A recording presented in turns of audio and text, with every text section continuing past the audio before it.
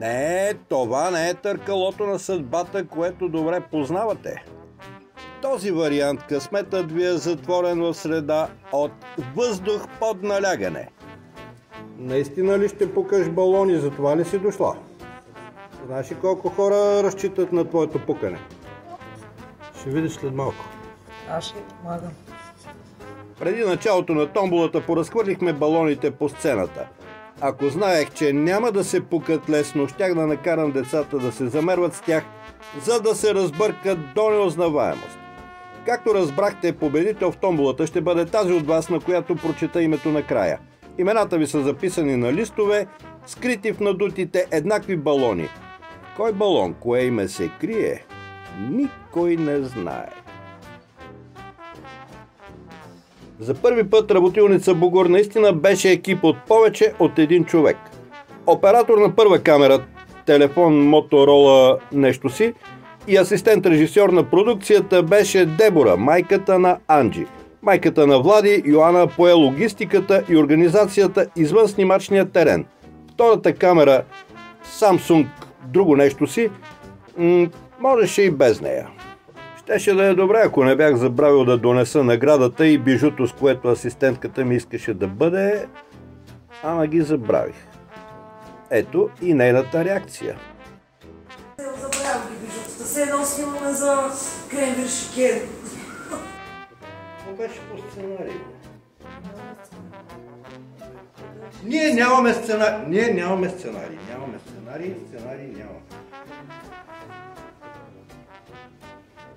Дами и господа, здравейте и добре дошли на нашата поредна томбола и победителят е. Приветствам ви на сцената на Драматичен театър Монтана. Това е камерна сцена. Сега искам да ви представя моята асистентка, актрисата Димитрина Проданова.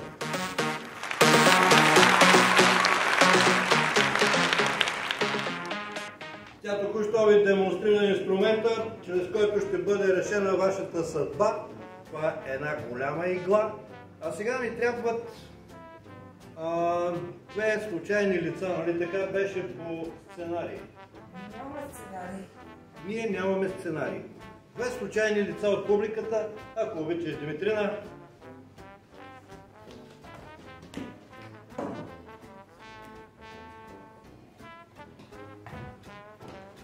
Заповядай, това е Анджи. Това не е случайно лице. Къде стои майка й? Тя е приятелка на театър, какво случайно? Няма други. Добре, това е Анджи. Още едно случайно лице.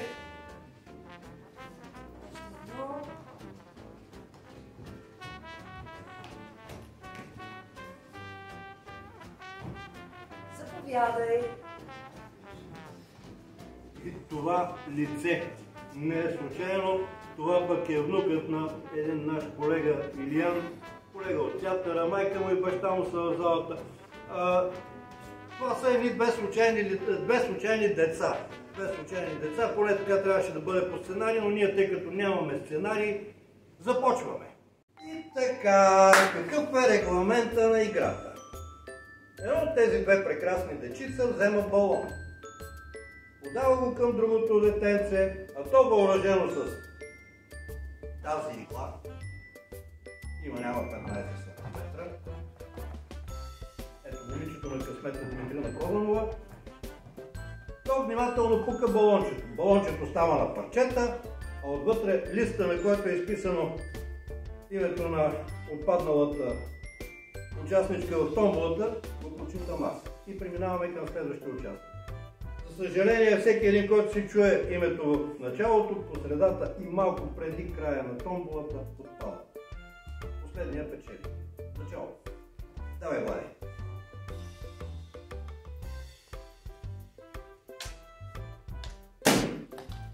Първото балонче, което се спука, носи името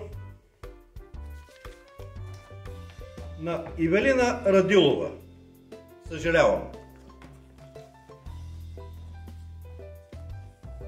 Анджи, вземи балонче.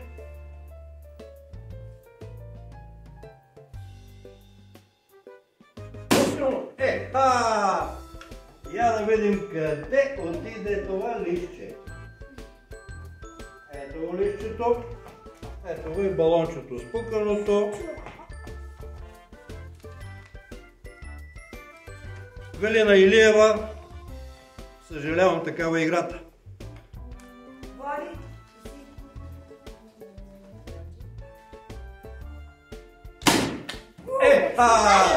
Децата започват да стават все по-смели.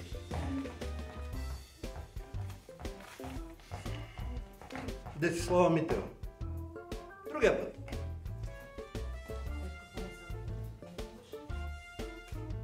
И кой сега наред?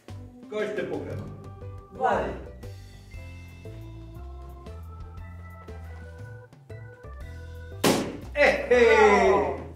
Влади, с малко по-малко ентусиазъм, балончето така иначе ще се пукне. И прочитаме името на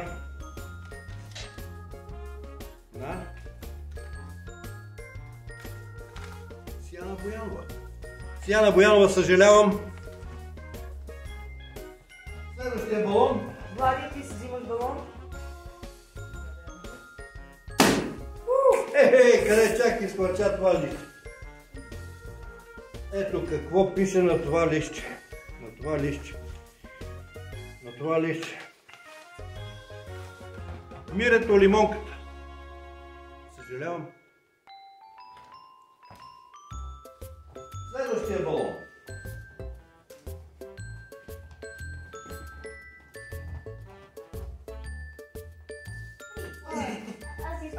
Започва да става страшно. Така. От крачетата на Влади падна това листче. Прочитаме името Румяна Алексиева. Нямаше късмет. Другия път.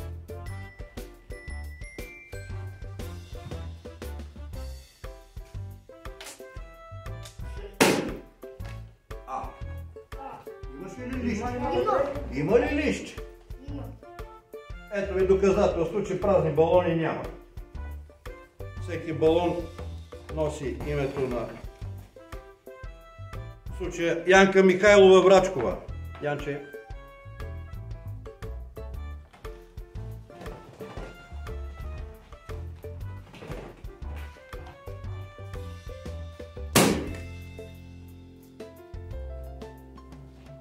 Да видим коя е късметлийката в кавички този път.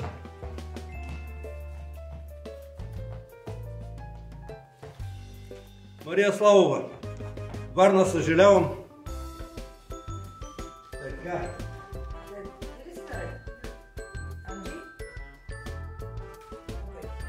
Лекичко? Не толкова силно с замах.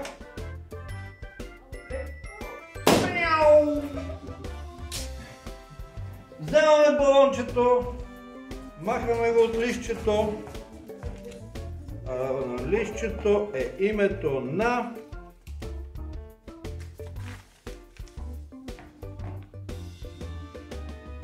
Соня Георгиева. Кой е наред?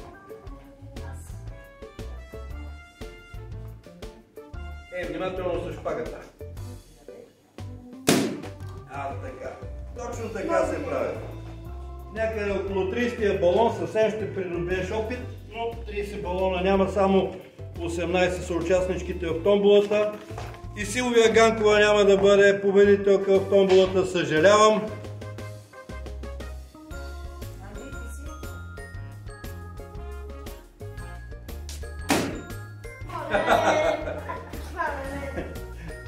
Рисковете на живото предаване, дами и господа. Венета Андреева Йотова. Съжалявам, и вие не сте победителката в тази томбола. Не са наиграха, не са напукаха, не са нагърмяха, толкова буклук направиха. Кой да мете, пак аз. Тъй ще. 3-2-1, продължаваме.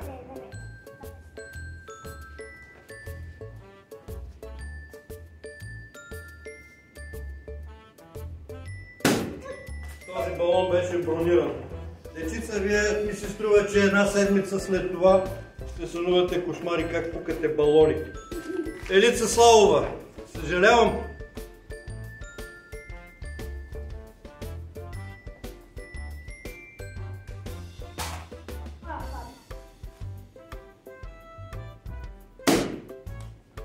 Така, Анджи, започваш да ставаш много смела с замахването.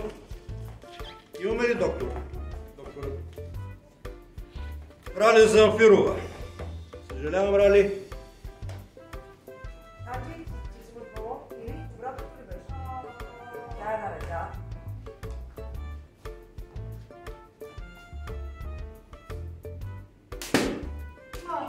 Този балон... Колко елегантно пука балон. Този балон пукна с заглушител, ми се струва. Петя Ганева, нали няма ме биеш много? Съжалявам.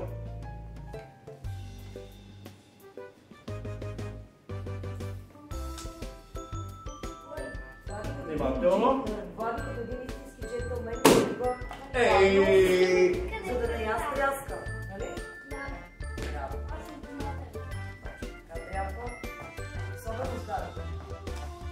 Ива Петкова. Съжалявам, и тя не е победителката в томболата, но искам да ви съобщя, че останаха 3 балона. 3 балона, напрежението нараства, адреналина се покачва. Първия, който няма да е на финал.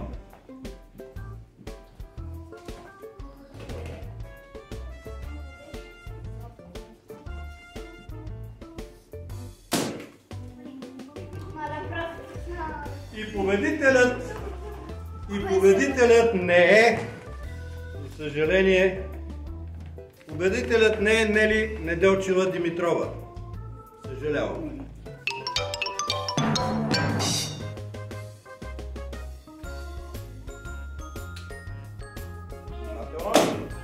Така.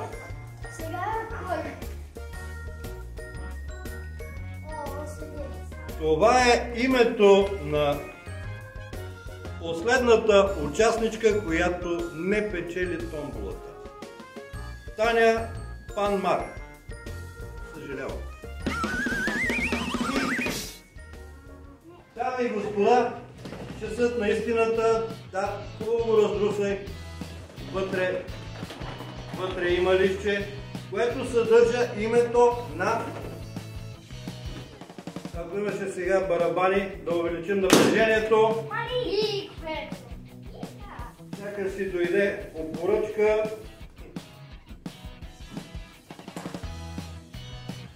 И победителят е Майя Миланова.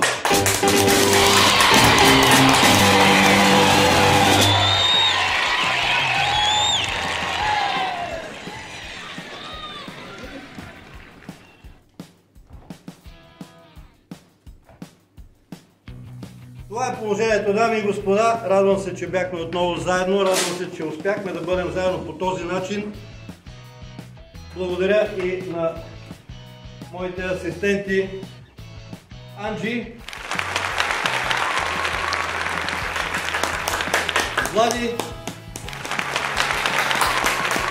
и актрисата от драматичен театър Монтана Димитрина Проданова. Благодаря ви. Замислям около Великден да имаме нова среща с томбола с още по-интересен регламент. До тогава се надявам да успея да снеса това, което вече ми се мъти в главата. Благодаря ви и до нови срещи! Чао!